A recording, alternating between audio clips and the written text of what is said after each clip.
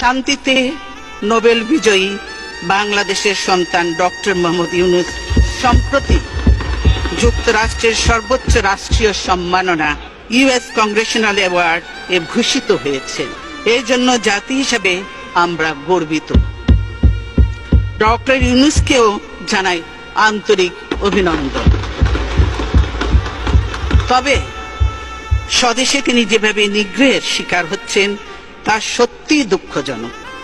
তার মেধা শ্রমে ঘামে প্রতিষ্ঠিত গ্রামীণ ব্যাংকও আজ হুমকির মুখে। সরকার নিয়োজিত কমিশন নোবেল বিজয়ী প্রতিষ্ঠান গ্রামীণ ব্যাংককে ভেঙে 19 টুকরো করার সুপারিশ করেছে। আমরা এতে স্তম্ভিত। এ ধরনের সিদ্ধান্ত গ্রামীণ ব্যাংককে ধ্বংস করে ফেলবে। ক্ষুদ্র ঋণের মাধ্যমে নারীর ক্ষমতায়নে এই ব্যাংক গুরুত্বপূর্ণ ভূমিকা পালন করে চলেছে। সেই প্রতিষ্ঠান ধ্বংসের উদ্দেশ্যে প্রতিশোধমূলক চক্রান্ত বন্ধের জন্য